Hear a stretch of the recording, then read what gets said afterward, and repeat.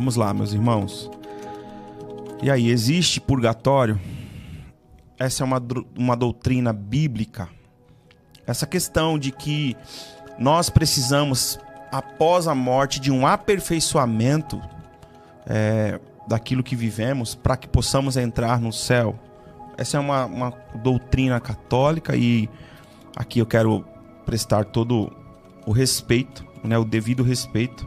Não estamos aqui para criticar religião de ninguém, mas estamos aqui para esclarecer o que a Bíblia nos ensina e o que é para nós regra de fé.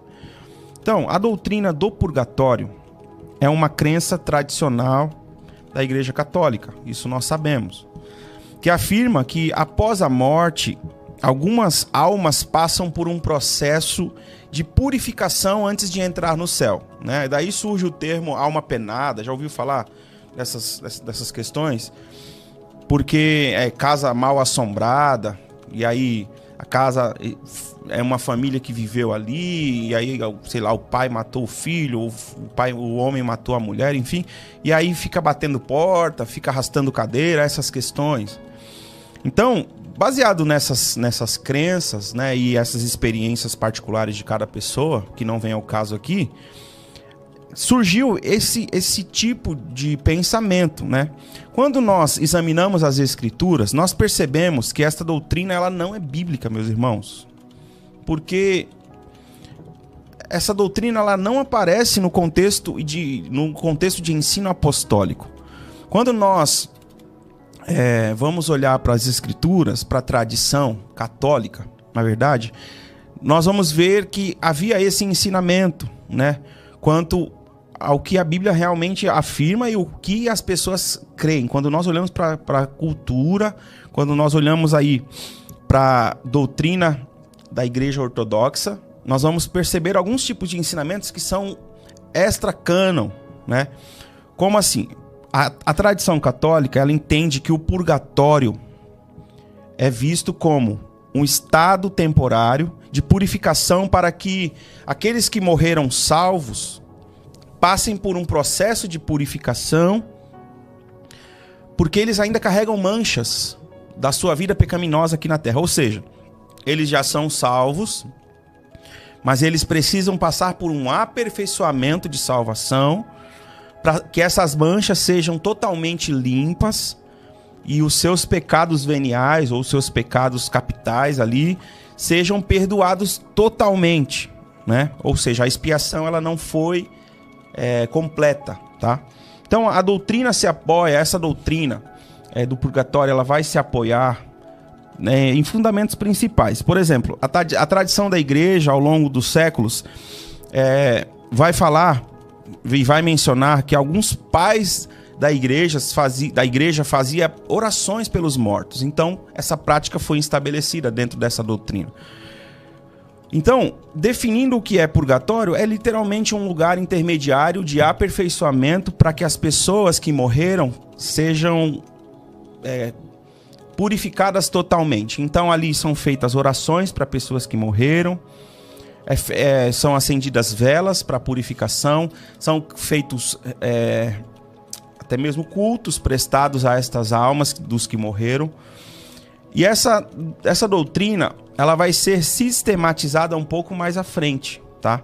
Existem livros deuterocanônicos, por exemplo, livros apócrifos, livros que não foram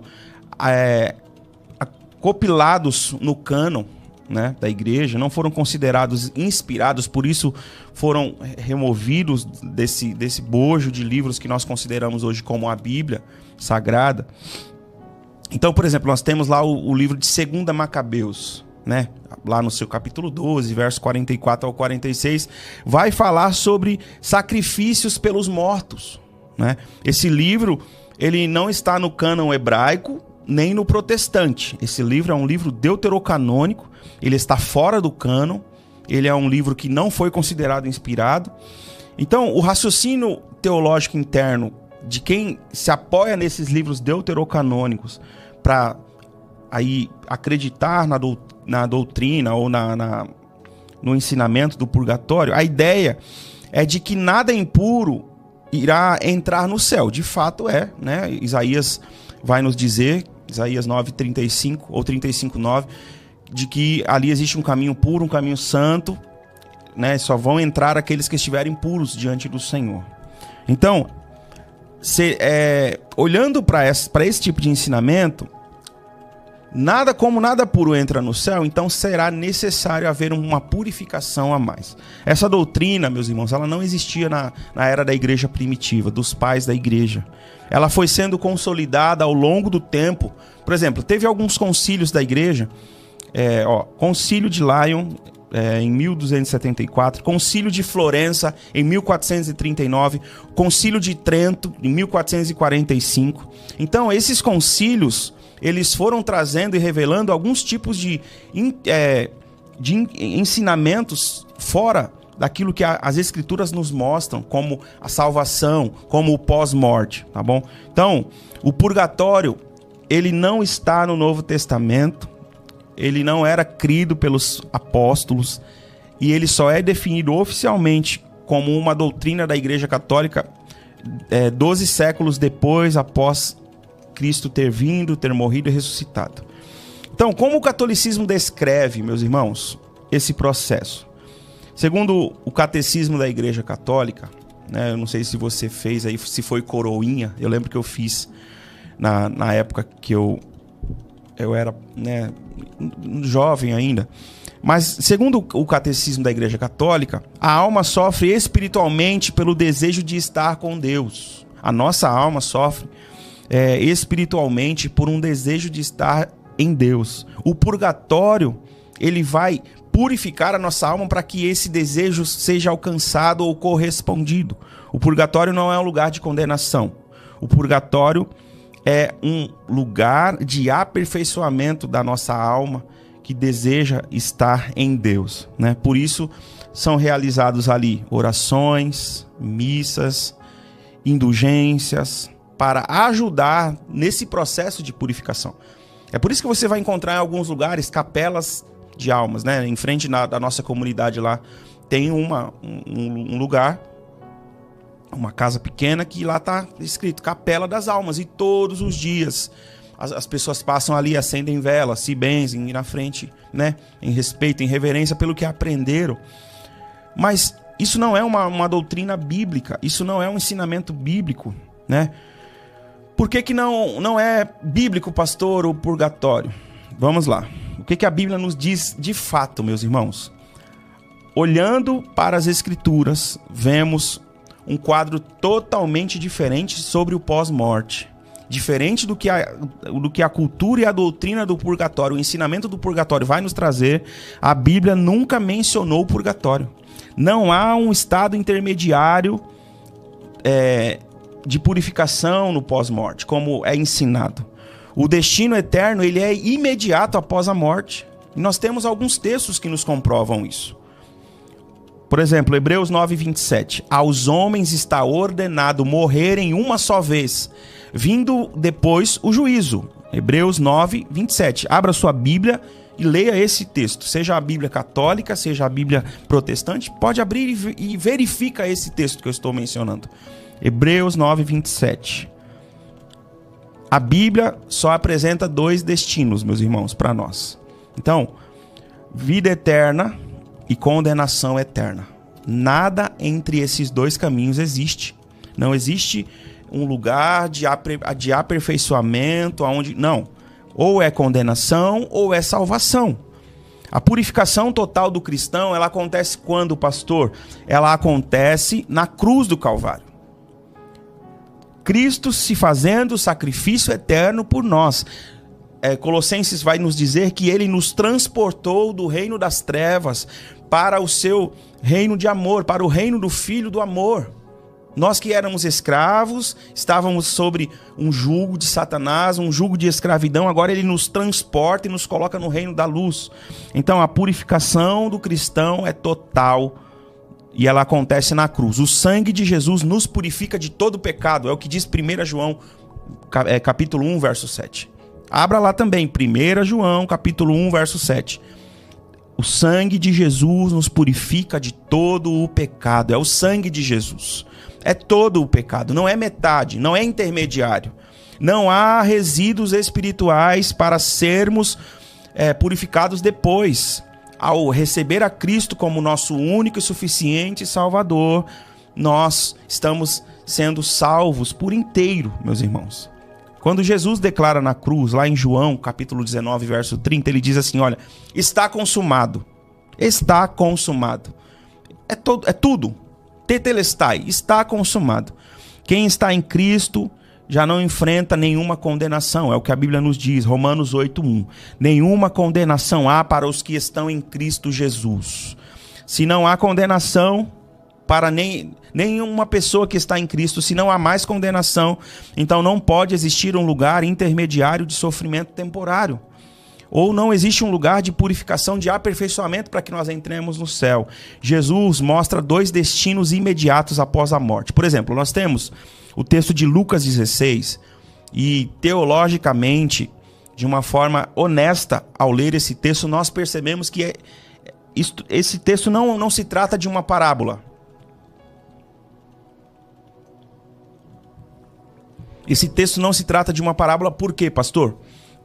Porque Jesus está vindo em uma cadência de parábolas e você pode perceber que as parábolas de Jesus ela tem um parâmetro, ela tem uma métrica. Jesus não cita nome próprio, Jesus não menciona diretamente nomes bíblicos, mas na história de Lucas 15, que nós acreditamos que seja um fato real, uma história real, que Jesus estava nos dando uma instrução de como será o pós-morte. Ele vai contar a história de um ladrão,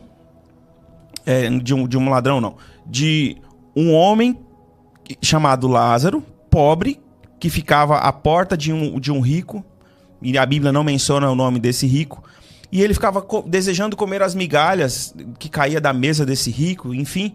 E aí os dois morrem. Jesus, depois você pode ler essa história, Lucas 16, a partir do verso 19, Jesus vai nos mostrar uma história real de um homem que morre e vai para o seio de Abraão, e um homem que morre e vai para o Hades. Esses 2 lugares são lugares imediatos. Um está sem ter nenhum tipo de purificação, ele já está no Hades, e a consciência dele o acusa, e ele está dizendo assim: pai Abraão, permita que eu volte para falar para os meus irmãos, para que eles não venham parar neste lugar terrível de tormento. Do outro lado estava Lázaro, e aí no seio de Abraão está o Lázaro, e esse homem rico olha e fala: permita, pai Abraão, que ele molhe a ponta do dedo e ponha na minha boca, porque este lugar é um lugar terrível. Então perceba, meus irmãos, existem 2 lugares imediatos no pós-morte. Ou é o seio de Abraão, ou é o Hades, o lugar de condenação. Esses lugares nós consideramos na teologia como antessalas, são salas de espera para o grande dia do julgamento, em que o Senhor irá direcionar todas as coisas. Então, quando a Bíblia diz que Jesus desceu nas partes baixas da terra e pregou aos espíritos em prisões e levando cativo o cativeiro, nós entendemos que o seio de Abraão é este lugar que está diante da presença de Deus agora. Então, o salvo, o ladrão da cruz, por exemplo, que Jesus vai dizer lá em Lucas 23:43, hoje estarás comigo no paraíso. Este homem está neste lugar já, na presença de Jesus, na presença de Deus. Então são 2 lugares imediatos. Não existe essa questão de você vai passar por uma purificação para que você seja salvo completamente. Não. Ou é salvo ou é condenado. Então, para mim concluir aqui a minha fala, a purificação é pela cruz. Não existe purgatório. A purificação é pelo sangue de Jesus, por intermédio do sangue de Jesus. Ele é o único intermediador entre Deus e os homens. Entre Deus e os homens só há um único intermediador, Jesus Cristo, homem que morreu na cruz do Calvário e ressuscitou ao 3º dia. Então a purificação é pela cruz, não após a morte, mas no ato da salvação. Não existe base no Antigo Testamento e nem no Novo Testamento para que nós possamos definir ou dizer, não, o purgatório é uma doutrina bíblica. O destino eterno é decidido nesta vida, é agora. É você que tem que tomar a decisão. O jovem rico, em Lucas 19, ele vai tomar algumas providências, ele vai precisar tomar algumas decisões. A doutrina da salvação, ela está sendo aplicada agora mesmo. No que você decide, o que você decide fazer com o seu futuro. Se render a Jesus como seu único e suficiente Salvador, ou esperar talvez uma oportunidade no pós-morte para falar, quem sabe eu seja purificado totalmente e vá para o seio de Abraão. Não, é céu ou inferno. Essa doutrina é uma doutrina bíblica que nós precisamos ensinar. Então, a purificação dos nossos pecados está em Cristo Jesus. Ele é o Senhor, o único e suficiente Salvador das nossas vidas.